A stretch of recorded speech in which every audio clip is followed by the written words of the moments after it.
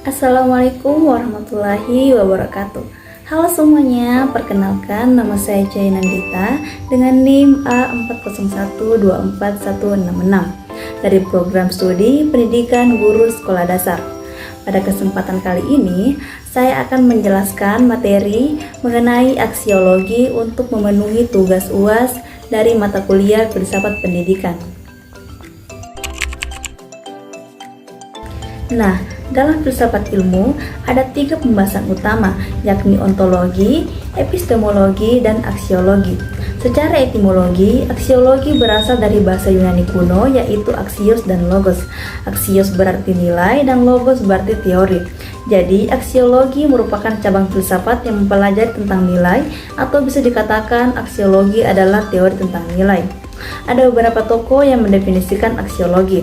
Salah satunya yaitu Surya Sumantri, mendefinisikan aksiologi sebagai teori tentang nilai yang berkaitan dengan kegunaan dari pengetahuan yang diperoleh. Aksiologi terbagi menjadi 3 bagian, yaitu etika, estetika, dan sosial politik. Etika dalam aksiologi disebut juga sebagai filsafat moral atau moral filosofi. Etika berasal dari kata Yunani yaitu ethos yang berarti watak. Dalam bahasa Indonesia, istilah moral atau etika diartikan sebagai kesusilaan. Moral sendiri berasal dari bahasa Latin yaitu mos atau mores yang berarti kebiasaan, watak, kelakuan, tabiat, ataupun cara hidup. Secara etimologi, estetika berasal dari bahasa Yunani yaitu aesthetikos yang berarti keindahan, sensitivitas kesadaran yang berkaitan dengan persepsi sensorik, yang mana merupakan turunan dari kata aistanomain yang berarti saya melihat, meraba, dan merasakan. Sosial politik atau sosiologi politik mempelajari mengenai hubungan antara negara dan masyarakat. Sosiologi politik memberikan penekanan terhadap pendekatan fungsional struktural, yaitu dalam hal perubahan-perubahan yang terjadi dalam sistem politik dan keberlangsungan suatu sistem politik untuk tetap hidup yang prosesnya berlangsung dalam lembaga-lembaga politik. Sosiologi politik mencakup pemeriksaan mengenai lingkungan kultural, lingkungan politik, dan lingkungan sosial dari masyarakat individu yang bersangkutan. Hubungan antara ilmu dan moral dapat dilihat dari kutipan Einstein, yaitu ilmu tanpa agama adalah buta dan agama tanpa ilmu adalah lumpuh. Ilmu merupakan pengetahuan, sementara moral berkaitan dengan agama, nilai, dan etika kehidupan. Seorang ilmuwan harus memiliki moral, karena tanpa moral, ilmu dapat disalahgunakan untuk hal negatif. Ilmuwan memiliki tanggung jawab sosial untuk memahami dan menyelesaikan masalah sosial. Tanggung jawab ini juga berlaku pada setiap individu. Contohnya seperti orang tua yang merawat dan mendidik anak mereka sampai dewasa.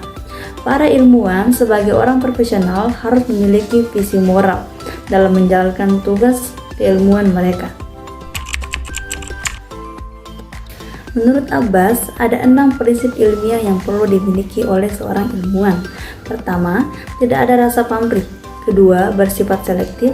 Ketiga, adanya rasa percaya yang layak baik terhadap kenyataan maupun terhadap alat-alat indera. Keempat, memiliki sikap dasar yang mendasar pada suatu kepercayaan dengan keyakinan bahwa setiap pendapat atau teori terdahulu telah mencapai kepastian. Kelima, adanya kegiatan rutin di mana seorang ilmuwan harus selalu merasa tidak puas dengan penelitian yang dilakukan sehingga ia terdorong untuk terus melakukan riset. Riset harus menjadi aktivitas yang menonjol dalam hidupnya. Keenam, ilmuwan harus bersikap etis, memiliki akhlak yang baik, dan selalu berkeinginan untuk mengembangkan ilmu demi kemajuan ilmu pengetahuan dan kebahagiaan umat manusia, khususnya untuk pembangunan bangsa dan negara. Di sini problem etis keilmuan adalah di mana ilmu itu malah dijadikan sebagai alat untuk merusak ataupun malah menimbulkan dampak negatif pada masyarakat. Contohnya seorang ilmuwan yang ahli bidang otomotif, lalu mereka membuka sebuah bengkel. Nah, mereka itu menggunakan cara-cara yang licik untuk mendapatkan keuntungan agar bengkel mereka meraup untung yang sangat besar. Ini merupakan satu problem etis keilmuan, karena ilmu mereka itu tidak berdampak positif pada masyarakat. Mereka mendapatkan pelanggan seperti dengan menyebar paku di jalan, ataupun mereka sengaja bukannya memperbaiki, tapi malah melakukan perbaikan yang malah merusak mesin ataupun motor seorang pelanggan. Ini menjadi problematika etis dalam keilmuan tersendiri karena ilmu yang mereka dapatkan itu tidak diiringi dengan etika yang baik yang harus dimiliki oleh seorang ilmuwan tersebut.